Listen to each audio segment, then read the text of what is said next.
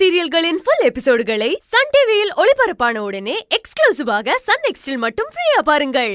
உங்ககிட்ட பேசணும். உட்காருங்க.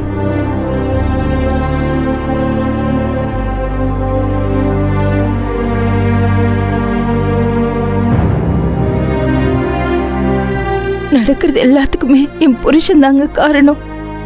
என் மேல இருக்கிற கோபத்திலையும் வன்மத்திலையும் தான் இதெல்லாம் பண்ணிட்டு இருக்காரு. சத்தியமா என்னை பத்தி எனக்கு எந்த கவலையும் இல்லைங்க. ஆனா என் குழந்தை எங்க இருக்கான்னு இந்த நிமிஷம் வரைக்கும் கண்டுபிடிக்க முடியல. ரொம்ப வேதனையா இருக்கு. என் பொண்ணு நல்லா இருக்கணும்னு ஒவ்வொரு நிமிஷமும் கடவுளை வேண்டிக்கிட்டு இருக்கேன்.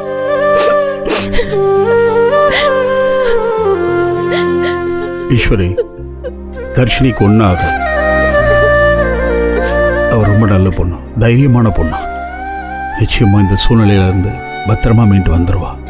எனக்கு நம்பிக்கை இருக்கு. இல்ல, எல்லாரையும் இதுல இழுத்து விட்டு கஷ்டப்படுத்திட்டு இருக்கேன். ரொம்ப கில்ட்டியா இருக்கு எனக்கு.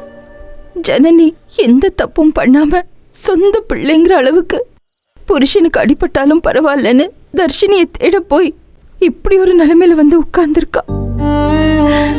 இந்த மாதிரி ஒரு சூழல் வரும்னு கனவுல கூட நினைச்சு பார்க்கலங்க. சொல்ல முடியலங்க. அவங்க ரொம்ப கஷ்டத்தை அனுபவிச்சுட்டு இருக்காங்க.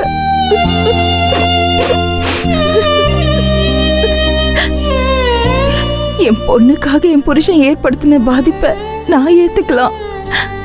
ஆனா அவங்க ரொம்ப பாவங்க. அவங்களெல்லாம் முதல்ல சீக்கிரம் வெளியில அனுப்பணுங்க. நீங்களும் இதுல இருந்து எப்படியாவது வெளியில போறத பத்தி யோசிங்க. நான் சமாளிச்சுக்கிறேங்க. என்ன வந்தாலும் நான் சமாளிச்சுக்கிறேன். என்னால உங்க யாருக்கும் போதுங்க, போதும். ஈஸ்வரி, நீங்க ஒரு குடும்ப பொண்ணை யோசிச்சு இதுல யாரும் பாதிச்சிடக்கூடாதுன்னு நினைக்கிறீங்க. ஆனா நான் இது ஒரு சமூக பிரச்சனையா தான் பார்க்கிறேன்.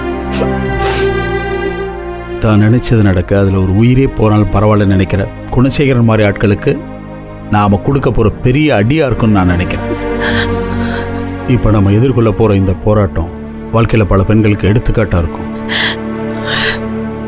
தங்களுடைய வாழ்க்கையில் நடக்கிற இந்த மாதிரி அநீதிகளை எடுத்து போராட இது ஒரு உத்வேகமாக அமையும். இதில் உங்களுக்கு துணையாக நிற்கிறதுல எனக்கு எந்த பிரச்சனையும் இல்லை. தர்ஷினியை கண்டுபிடிச்சு நாம் இதுலேருந்து வெளியே வர்ற வரைக்கும் உங்களுக்கு ஒரு நண்பனாக, ஒரு சக போராளியா உங்க கூட நான் பயணிப்பேன். என்னை பற்றி கவலைப்படாதீங்க. எனக்கு இந்த ஜெயில் போலீஸ் எல்லாம் ஒன்றும் புதுசு இல்லை. ஆனால் நீங்கள் சொல்கிற ஒரு விஷயம் கரெக்டு தான். நீங்கள் படுற இந்த கஷ்டத்தை உங்கள் கூட இருக்கிற அந்த 3 பேரும் படணுமான்னு நீங்கள் யோசிக்கிறது நியாயமான விஷயந்தான். அப்போ அவங்களை எப்படி வெளில கொண்டு வர முடியும்? நாளைக்கு எப்படி அவங்களுக்கு ஜாமீன் கிடைக்கும்? கண்டிப்பாக என்ன அவங்க வெளியிலே விட மாட்டாங்க. ஏன்னா போலீஸ் அடித்த வழக்கை மெயின் கேஸாக பதிவு பண்ணி எப்படியும் என்னை ஹோல்டு பண்ண தான் பார்ப்பாங்க. அவங்க எல்லாருமே மெயின் அக்யூஸ்ட் ஆக்கி எப்படியும் உங்களையும் ஹோல்டு பண்ண தான் அவங்க முயற்சி பண்ணுவாங்க. அதையும் மீறி அவங்களுக்கு ஜாமீன் கிடச்சிருச்சுன்னா அது ரொம்ப பெரிய சந்தோஷமான விஷயமா இருக்கும். அது எப்படி?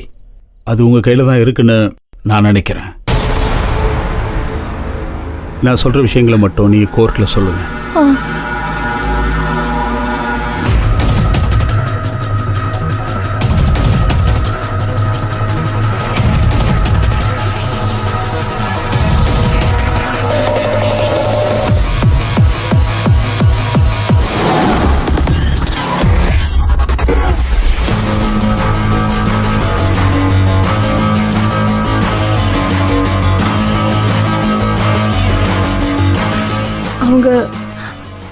அவங்க வெளியில போயிருவாங்கல்ல? சரிங்க, நான் சொல்றேன்.